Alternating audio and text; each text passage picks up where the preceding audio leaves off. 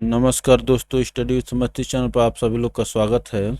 और आज हम लोग देखेंगे मुगल साम्राज्य। तो चलिए दोस्तों, आगे बढ़ने से पहले चैनल को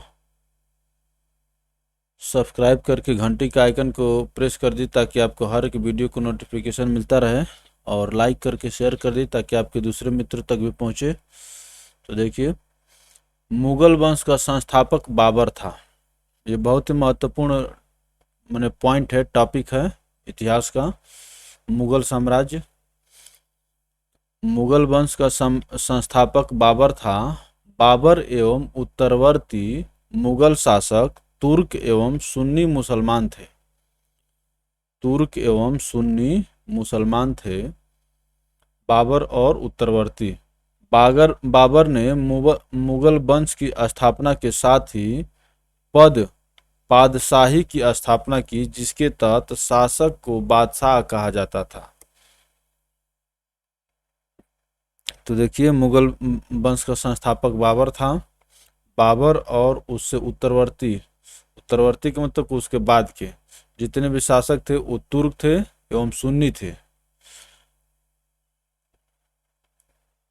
मुसलमान संप्रदाय जो है सुन्नी और शिया में दो में बटा हुआ था। तो तुर्क का मतलब कि तुर्की से संबंधित थे, और जो मुसलमान के दो संप्रदाय है शिया और सुन्नी, उसमें से ये सुन्नी से बिलोंग करते थे।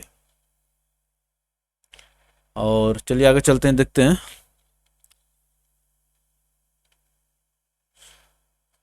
बाबर 1526 से 1530 ईस्वी तक 4 साल तक रहा। देखिए, बाबर का जन्म फरवरी 1483 ईस्वी में हुआ था। इसके पिता उमर शेख मिर्जा फरगाना नामक छोटे राज्य के शासक थे। तो 1483 ईस्वी में तो इसका जन्म हुआ था, लेकिन शासन ये भारत में किया है 1526 से 1530, अर्थात 4 वर्ष। आइए देखते हैं। फरगाना नामक छोटे राज्य के शासक थे। देखिए, ओरिजिनिंग के दूसरे कंसेप्ट हो जाएंगे तो 5 वर्ष भी हो जाएगा, ठीक है ना, क्योंकि अगर आप इसको भी 26 को भी इंक्लूड कर लेंगे तो 5 वर्ष हो जाएगा। फरगाना नामक छोटे राज्य के शासक थे। बाबर फरगाना की गद्दी पर 4 जून 1494 ईस्वी में बैठा। बाबर, तो इसके पिता कौन थे बाबर के? उमर शेख मिर्जा फरगाना के एक छोटे राज्य के शासक थे। बाबर फरगाना की गद्दी पर 8 जून 1494 ईस्वी में बैठा। बाबर ने 1507 ईस्वी में बादशाह की उपाधि धारण की, जिसे अब तक किसी तैमूर शासक ने धारण नहीं की थी। बाबर के 4 पुत्र थे, हुमायूं, कामरान, अस्करी एवं तथा हिंदाल। तो हम लोग आराम से पढ़ेंगे। 1498 में बाबर जो है गद्दी पर बैठा है, और 1507 ईस्वी में बादशाह की उपाधि धारण की, जिसे अब तक किसी तैमूर शासक ने धारण नहीं की थी। बाबर के 4 पुत्र थे, हुमायूं, कामरान, अस्करी तथा हिंदाल। आगे चलते हैं। बाबर ने भारत पर 5 बार आक्रमण किया। बाबर का भारत के विरुद्ध किया गया प्रथम अभियान 1519 ईस्वी में यूसुफजाई जाति के विरुद्ध था। यूसुफजाई जाति के विरुद्ध था। इस अभियान में बाबर ने बाजौर और भेरा को अपने अधिकार में कर लिया। तो प्रथम अभियान कब है? 1519 ईस्वी में यूसुफजाई जाति के विरुद्ध। इस अभियान में बाबर ने बाजौर और भेरा को अपने अधिकार में कर लिया। पानीपत के प्रथम युद्ध में बाबर ने पहली बार तुगलमा युद्ध नीति पानीपत के प्रथम युद्ध में बाबर ने पहली बार तुगलमा युद्ध नीति एवं तोपखाने का प्रयोग किया। खूब पूछा जाता है। पानीपत के प्रथम युद्ध में बाबर ने पहली बार तुगलमा युद्ध नीति एवं तोपखाने का प्रयोग किया था। उस्ताद अली एवं मुस्तफा बाबर के दो प्रसिद्ध निशानेबाज थे जिसने पानीपत के प्रथम युद्ध में भाग लिया था। तो तुगलमा युद्ध नीति एवं तोपखाने का प्रयोग किया गया बाबर के द्वारा पहली बार प्रथम पानीपत के प्रथम युद्ध में। और उस्ताद अली एवं मुस्तफ़ा बाबर के दो प्रसिद्ध निशानेबाज थे जिसने पानीपत के प्रथम युद्ध में भाग लिया था। चलिए आगे चलते हैं।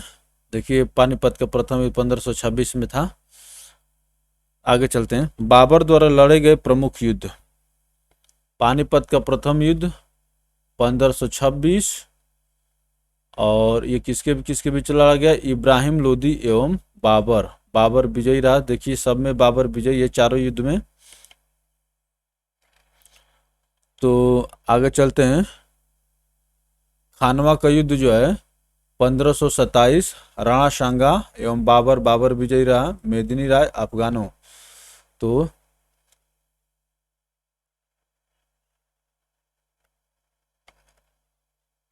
इसमें कुछ एक ट्रिक आता है। देखिए 26, 27, 28, 29। तो पानीपत का प्रथम युद्ध इब्राहिम लोदी बाबर, राणा सांगा बाबर, मेदिनी राय बाबर, अफगानों एवं बाबर। तो 26, 27, 28, 29 हो गया। पानी पिया, खाना खाया, घर गया, मर गया, कुछ ऐसे करके आता है। तो पानीपत का प्रथम युद्ध 26 में खाना खाया। एक आता है कि पानी पिया, खाना खाया। अब यहाँ पर तो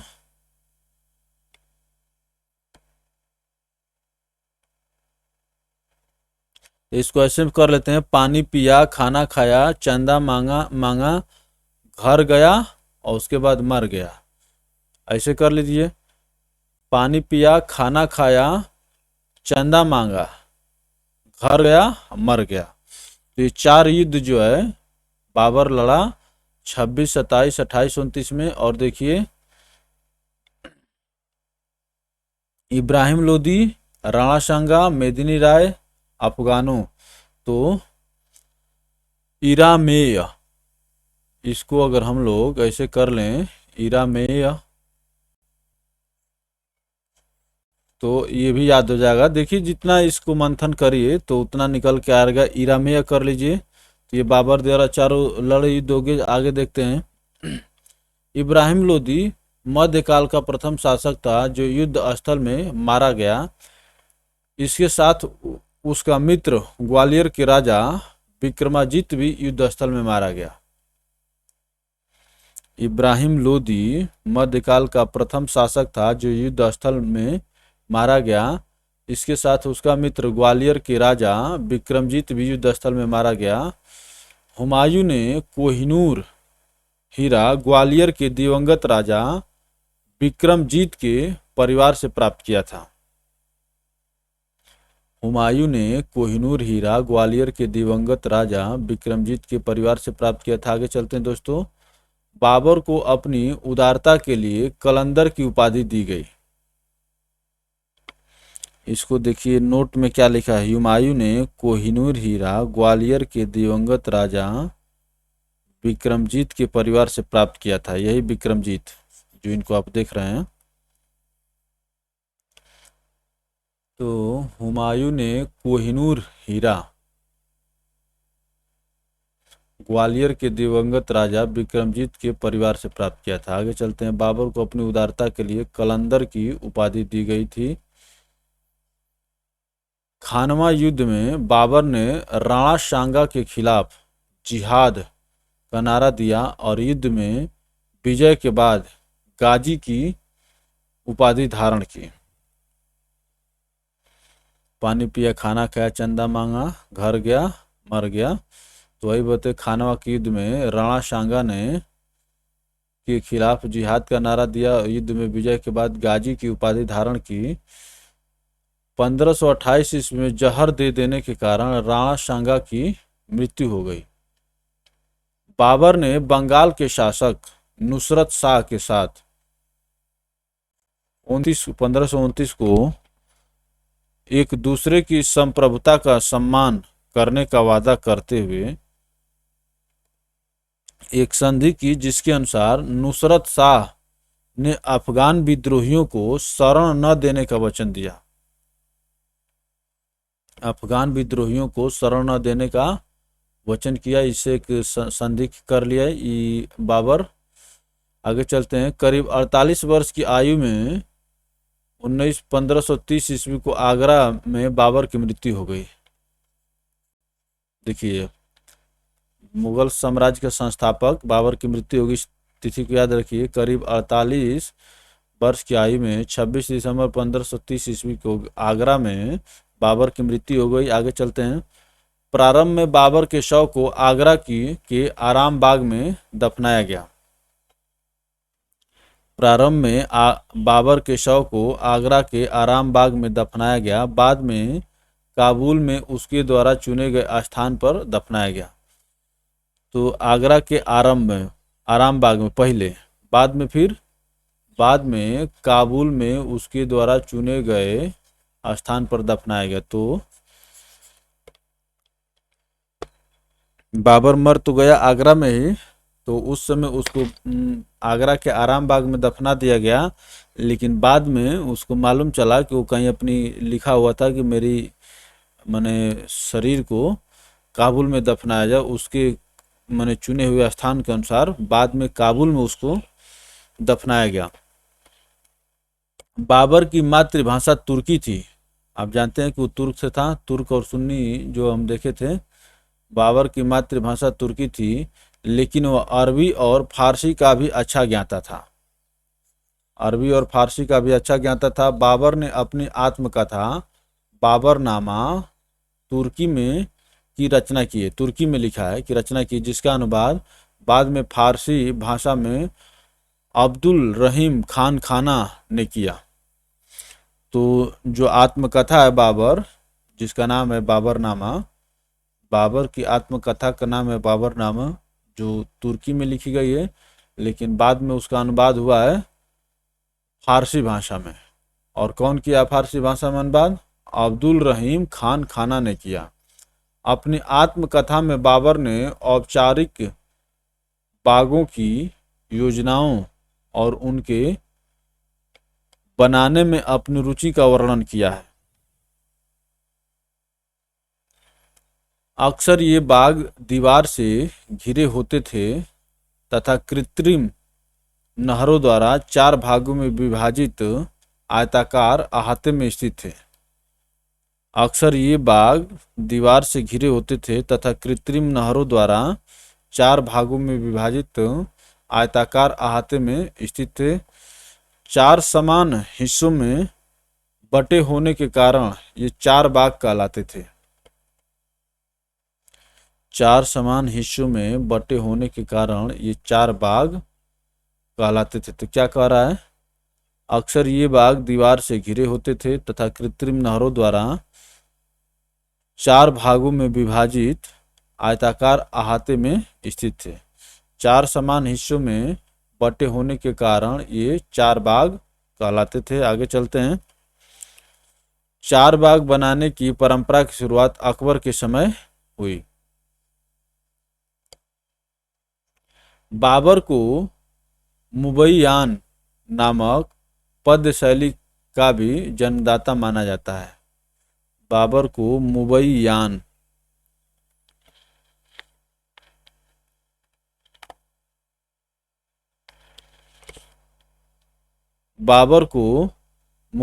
नामक पद्य शैली का भी जन्मदाता माना जाता है। बाबर प्रसिद्ध नक्शबंदी सूफी ख्वाजा उबैदुल्ला अहरार का अनुयायी था।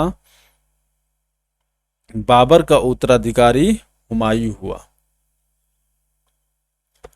बाबर प्रसिद्ध नक्शबंदी सूफी ख्वाजा उबैदुल्ला अहरार का अनुयायी था। बाबर प्रसिद्ध नक्शबंदी सूफी ख्वाजा उबैदुल्ला अहरार का अनुयायी था। बाबर का उत्तराधिकारी हुमायूं हुआ। तो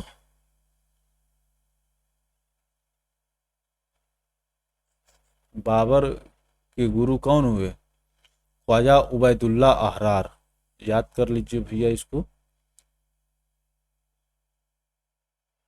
नक्शबंदी सूफी ख्वाजा उबैदुल्ला अहरार का अनुयायी था। बाबर का उत्तराधिकारी हुमायूं हुआ। ये तो सब जानते हैं, उसका पुत्र था। आगे चलते हैं।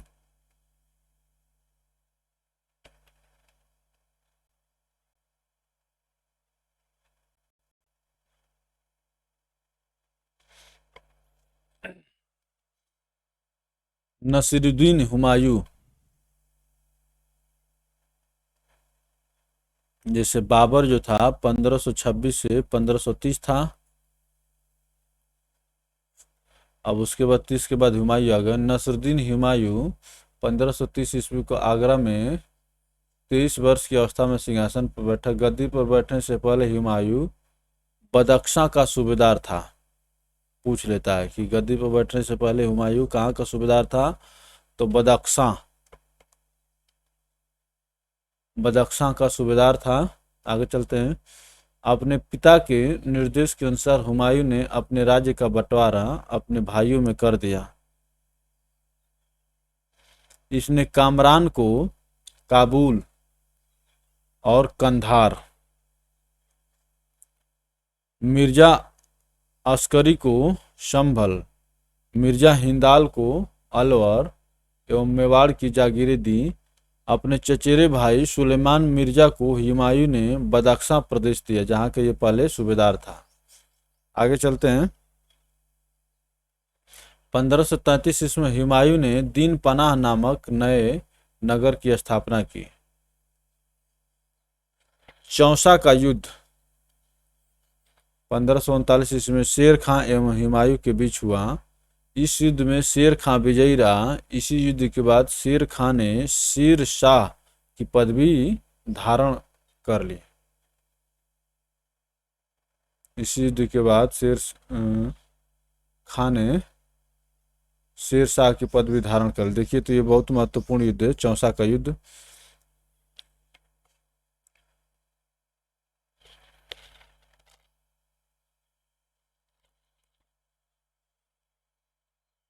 पंद्रह सौ उनतालीस ईस्वी में शेर खां एवं हुमायूं के बीच हुआ। इस युद्ध में शेर खां विजयी रहा। इसी युद्ध के बाद शेर खां ने शेर शाह की पदवी धारण कर ली, ग्रहण कर ली।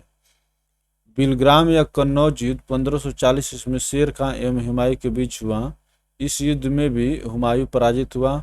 शेर खां ने आसानी से आगरा एवं दिल्ली पर कब्जा कर लिया। तो ये वही शेर खां जिसको शेर शाह कहा जाता है, शेर शाह सूरी।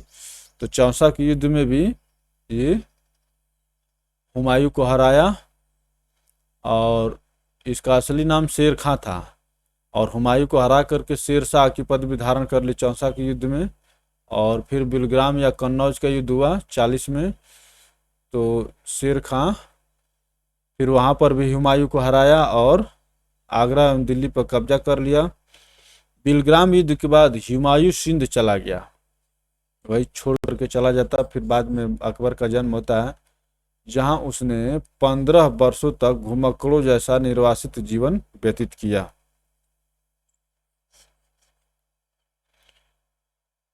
जहां उसने 15 वर्षों तक घुमक्कड़ों जैसा निर्वासित जीवन व्यतीत किया।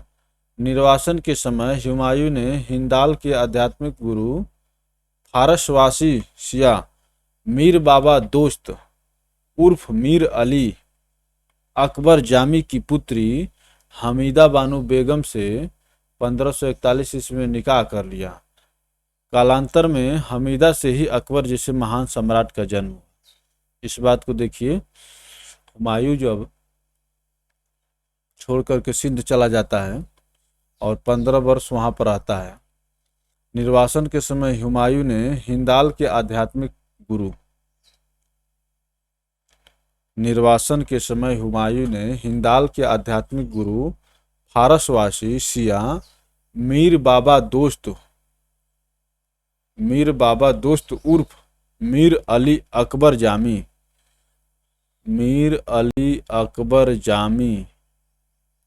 की पुत्री हमीदा बानो बेगम से 1541 को निकाह कर लिया। कालांतर में हमीदा बानो से ही अकबर जैसे महान सम्राट का जन्म हुआ। तो ये सीख लेनी चाहिए। कहा जाता है कि जब समय आपके विपरीत हो तो उस समय शांत रहना चाहिए। देखिए, शेरशाह जो है कन्नौज और चौसा चौसा और कन्नौज दोनों के युद्ध में हुमायूं को हराया, और यहाँ पर हारने के बाद जो है हुमायूं जो है फिर वो शेरशाह से लड़ता नहीं, क्योंकि उस समय लड़ता तो जान को मार देता हुमायूं। शेरशाह जो है हुमायूं को मार देता। तो हुमायूं क्या करता है कि छोड़ करके चला जाता है, और 15 वर्षों तक फिर अपनी स्थिति को मजबूत बनाता है। तब फिर आता है बाद में। आगे चलते हैं। 1555 ईस्वी में हुमायूं ने पंजाब के सूरी शासक सिकंदर को पराजित कर पुनः दिल्ली की गद्दी पर बैठा। 1555 ईस्वी में हुमायूं ने पंजाब के सूरी शासक सिकंदर को पराजित कर पुनः दिल्ली की गद्दी पर बैठा। हुमायूं द्वारा लड़े गए 4 युद्धों का क्रम है: देवरा का युद्ध, चौसा का युद्ध, बिलग्राम का युद्ध और सरहिंद का युद्ध। 1556 को दीन पनाह भवन में स्थित पुस्तकालय शेर मंडल की सीढ़ियों से गिरने के कारण हुमायूं की मृत्यु हो गई।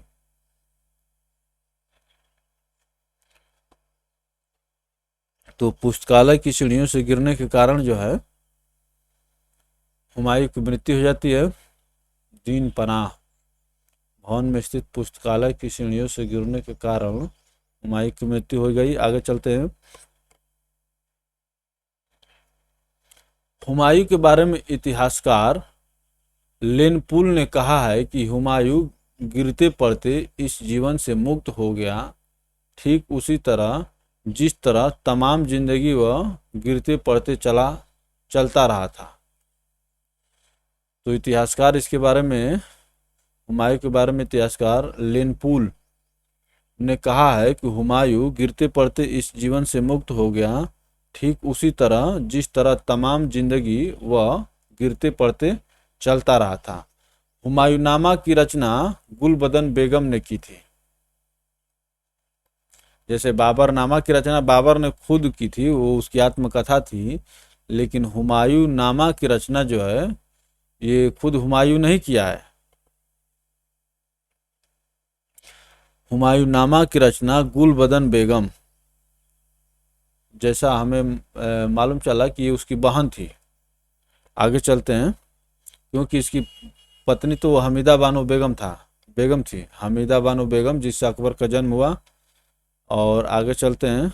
और किसकी पुत्री थी हमीदा बानो? इतना उल्टा पुल्टा नाम है ना। तो मीर बाबा दोस्त उर्फ मीर अली अकबर जामी, मीर अली अकबर जामी की पुत्री हमीदा बानो बेगम जो है हुमायूं की पत्नी थी। चलिए आगे चलते हैं। गुलबदन बेगम ने की थी। हुमायूं ज्योतिष में विश्वास करता था, इसलिए इसने सप्ताह के 7 दिन 7 रंग के कपड़े पहनने के नियम बनाए। ज्योतिष में विश्वास करता था, इसलिए इसने सप्ताह के 7 दिन 7 रंग के कपड़े पहनने के नियम बनाए। आगे चलिए शेरशाह सूरी को देखते हैं। सूर साम्राज्य के संस्थापक अफगान वंशीय शेरशाह सूरी था। अफगान वंशीय शेरशाह सूरी था। Doctor KR. कानूनगो के अनुसार हरियाणा प्रांत के नारनौल स्थान पर इब्राहिम के पुत्र हसन के घर वर्ष 1486 में शेरशाह का जन्म हुआ था। परमात्मा शरण का विचार है कि शेरशाह का जन्म 1472 ईस्वी में हुआ था। तो ये जो है विवादास्पद है। आगे चलिए। इसके बचपन का नाम फरीद खां था। यह सूर वंश से संबंधित था। इनके पिता हसन खां जौनपुर राज्य के अंतर्गत सासा राम के जमींदार थे।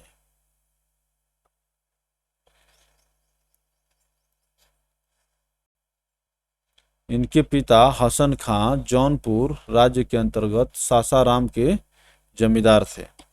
आइए आगे चलते हैं।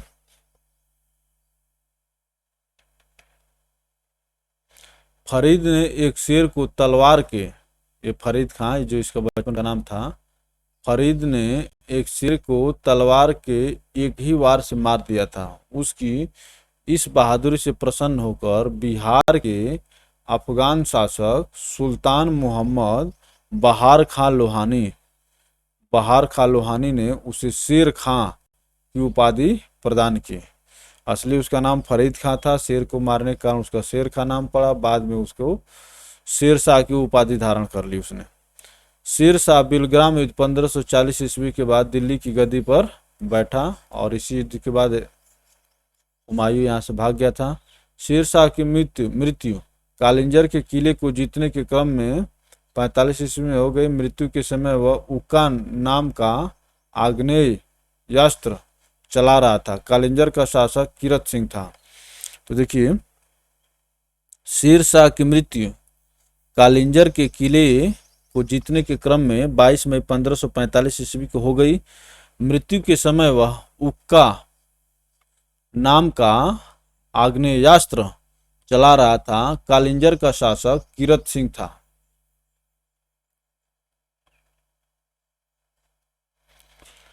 तो जब कालिंजर को जीतने के लिए लड़ाई चल रही थी, उसी समय शेर शाह की मृत्यु हो गई।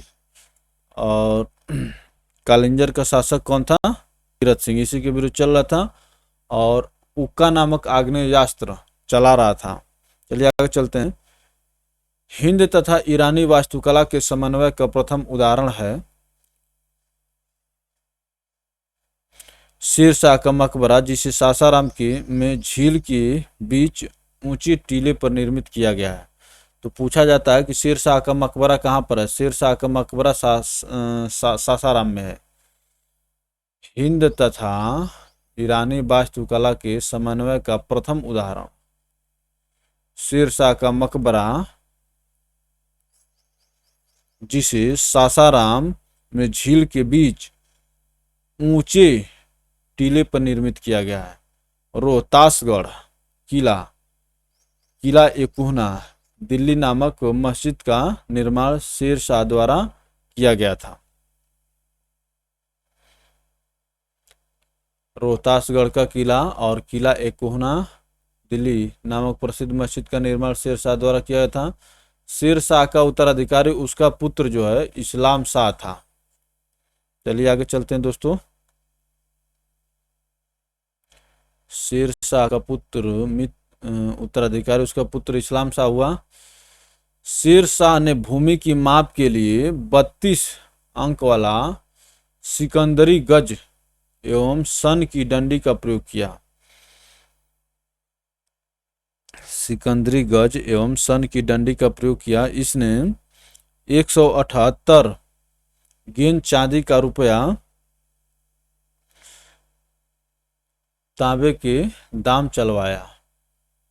तो चांदी का रुपया चांदी का रुपया जो चांदी का बना हुआ था और दाम जो है तांबे का बना हुआ था। इसको इस तरह से लीजिए। और 178 ग्रेन का था ये रुपया और 380 ग्रेन का था दाम। तो रुपया और दाम ये शेर शाह द्वारा चलवाया गया। और रुपया किस चीज का था? चांदी का था और दाम जो है तांबे का था। शेर शाह ने रोहतासगढ़ के दुर्ग एवं कन्नौज के स्थान पर शेरसूर नामक नगर बसाया। शेर शाह ने रोहतासगढ़ के दुर्ग एवं कन्नौज के स्थान पर शेरसूर नामक नगर बसाया। आगे चलते हैं। शेर शाह के समय पैदावार का लगभग 1/3 भाग सरकार लगान के रूप में वसूल करती थी। आगे चलते हैं। कबूलियत एवं पट्टा प्रथा की शुरुआत शेर शाह ने की थी। कबूलियत एवं पट्टा प्रथा की शुरुआत शेर शाह ने की थी। शेर शाह ने 1541 ईस्वी में पाटलिपुत्र को पटना के नाम से पुनः स्थापित किया। इसने ग्रैंड ट्रक रोड की मरम्मत करवाई। डाक प्रथा का प्रचलन शेर शाह के द्वारा ही किया गया। तो ये जो है बहुत ही महत्वपूर्ण फैक्ट है जो पूछा जाता है। शेर शाह ने 1541 ईस्वी में पाटलिपुत्र को पटना के नाम से पुनः स्थापित किया। पाटलिपुत्र को पटना के नाम से पुनः स्थापित किया। इसने ग्रांड ट्रक रोड की मरम्मत करवाई। डाक प्रथा का प्रचलन शेर शाह के द्वारा ही किया गया। मलिक मोहम्मद जायसी शेर शाह के समकालीन थे।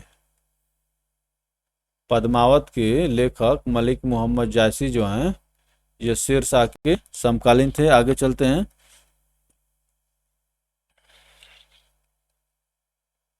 अकबर के समकालीन शासक तो इंग्लैंड, ईरान, रूस। जार इवान दी टेरिबल नाम से कुख्यात था, विख्यात नहीं कुख्यात। तो ये जार इवान चतुर्थ वेसिलयेविच, तो ये सभी लोग जो है अकबर के समकालीन है। तो देखिए 1558, 30 और 88। तो रानी एलिजाबेथ, शाह अब्बास, एलिजाबेथ तो इंग्लैंड हो गया, शाह अब्बास ईरान हो गए, और जार का नाम आप जानते हैं, आते ही रूस कर लीजिएगा। तो जार इवान। तो आगे अकबर है, हम लोग अकबर को देखेंगे यहाँ से।